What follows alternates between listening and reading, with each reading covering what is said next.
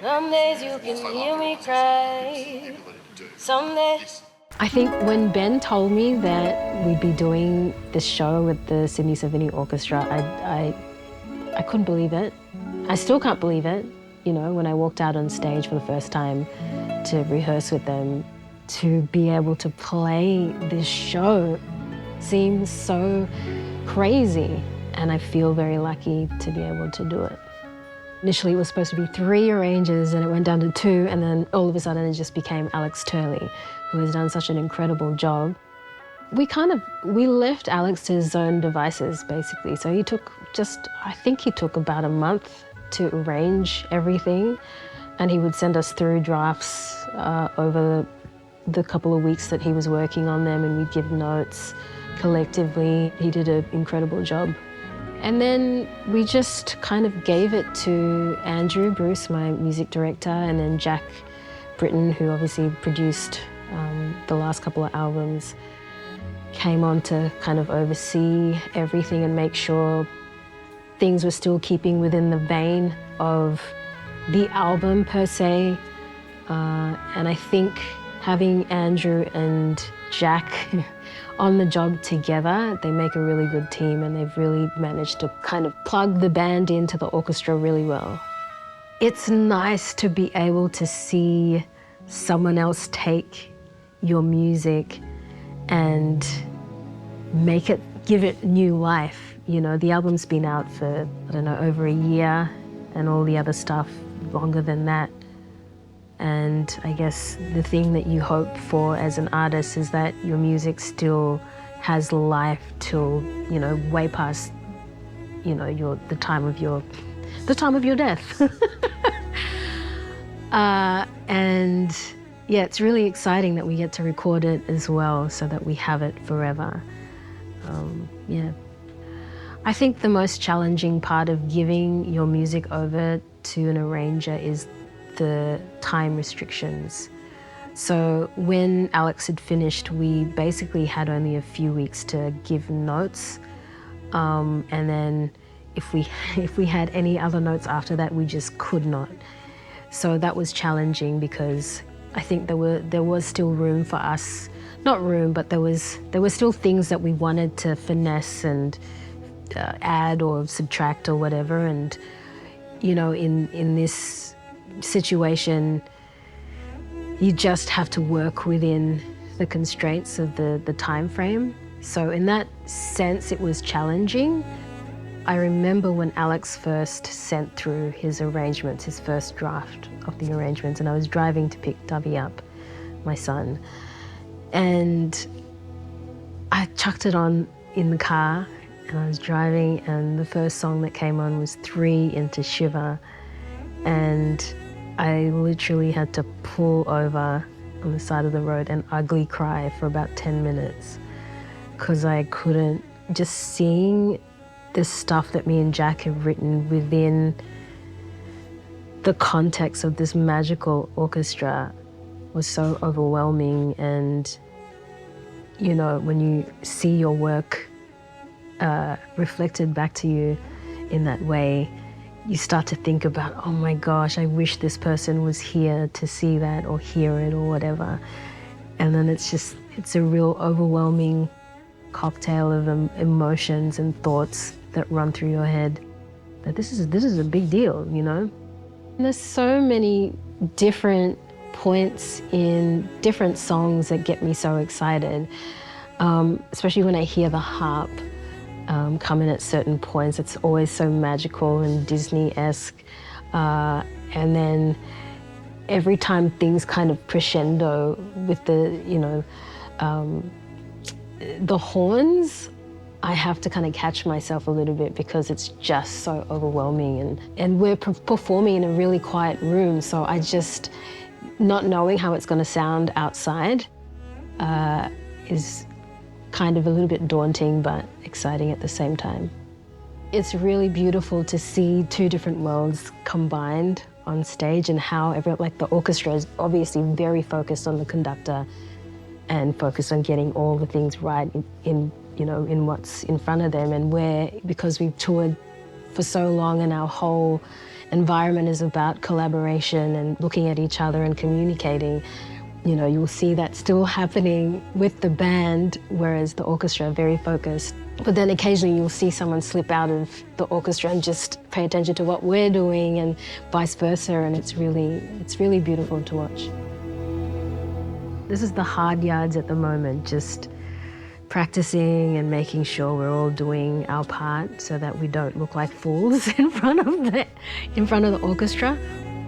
During rehearsal, I think we were all just so focused on for me specifically, I didn't want to mess up at all. I didn't want the orchestra to turn around and go, oh my gosh, it's taking so long to get this one thing right.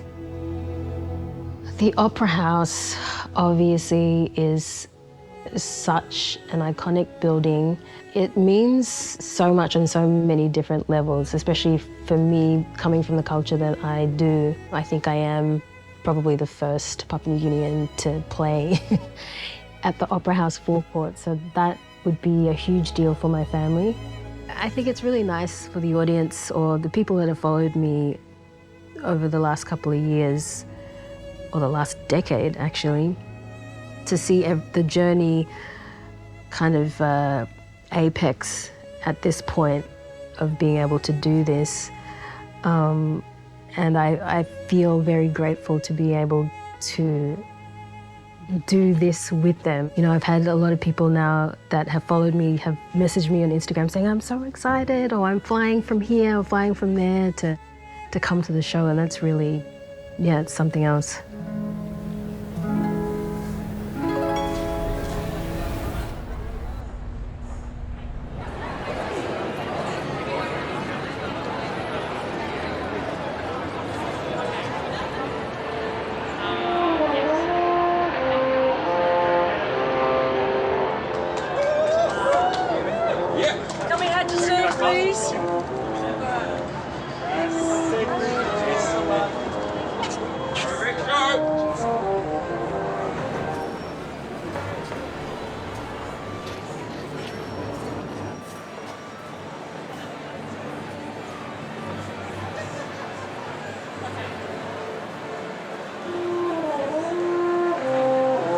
So nervous. Okay.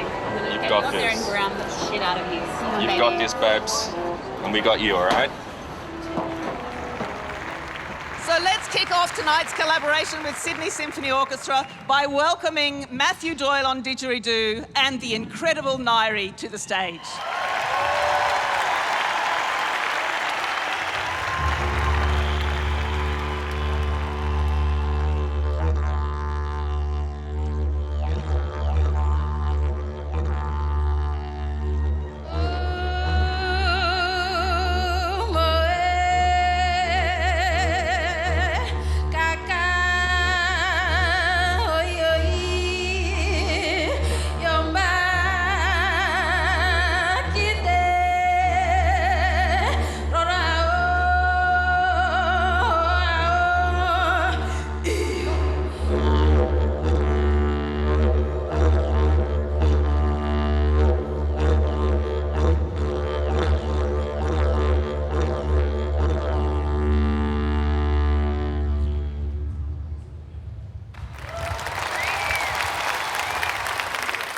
It is so insane to be here in front of 5,000 people.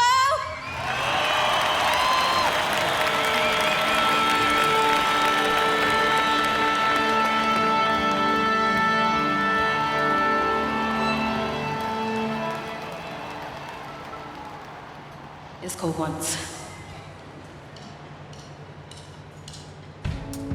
Thanks, Jess.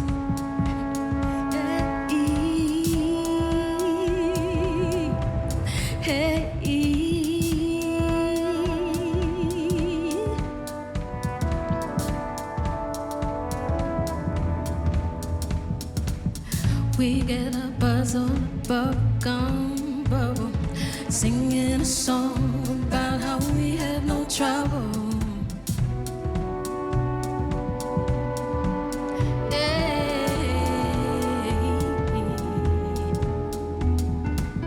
Life's alone like a lifeline, time is something that fools feels good in palm of your hand.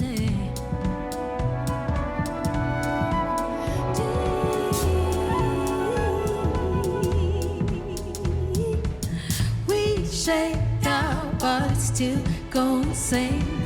Action is sweet and electric. We die repetitively.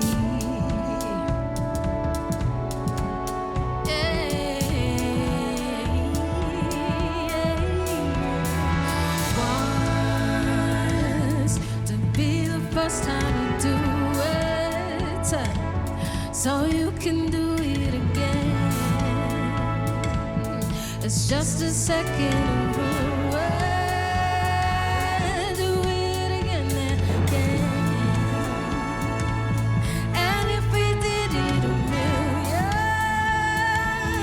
and if we did it for love, we didn't do it now. Oh. Make some noise, Sydney.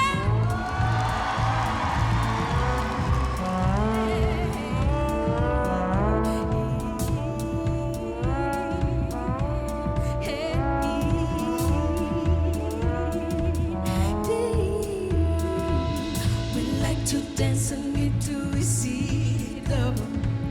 No, I couldn't, and we just discover.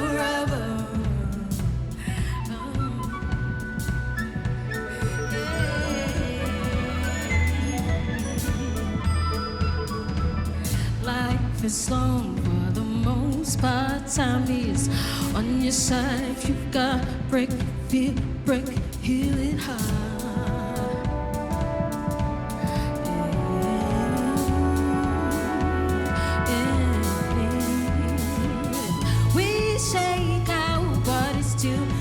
Same action is sweet and electric. We die repetitively.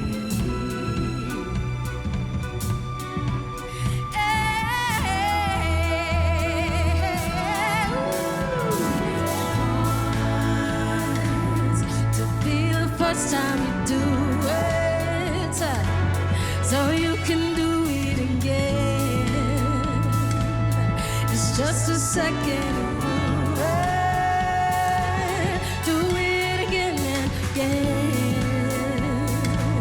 And if we did it a million, and if we did it for love, we didn't do it enough.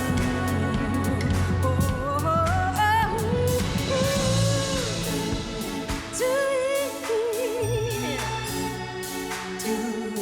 do it.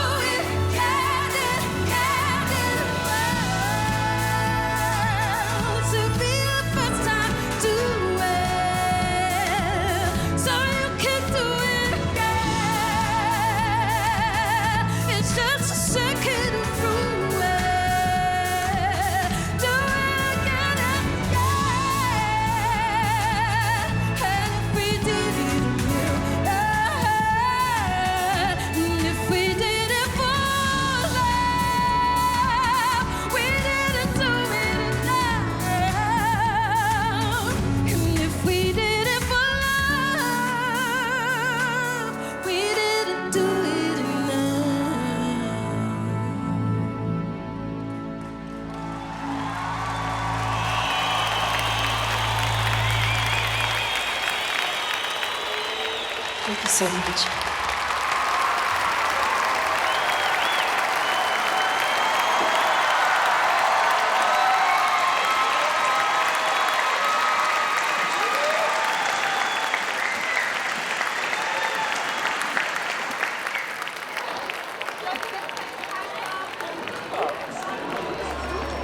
Guys, bravo, awesome. What an experience. Oh my God.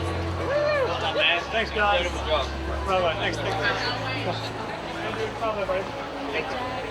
She's very well. You can come to our concert tomorrow night if you like. Real? Yeah, Oh of my course. gosh, you would die. Yeah. This brutal, embarrassing. Let me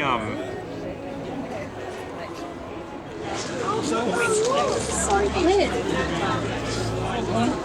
Right, isn't it? It's great. Really beautiful. It's lovely to see her.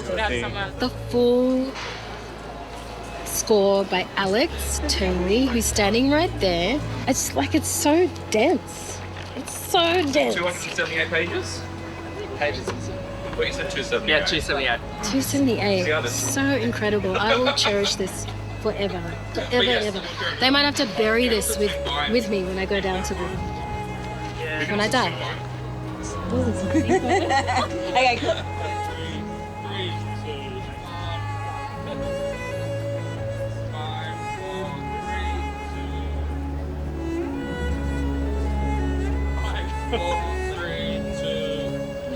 Alex, Carl,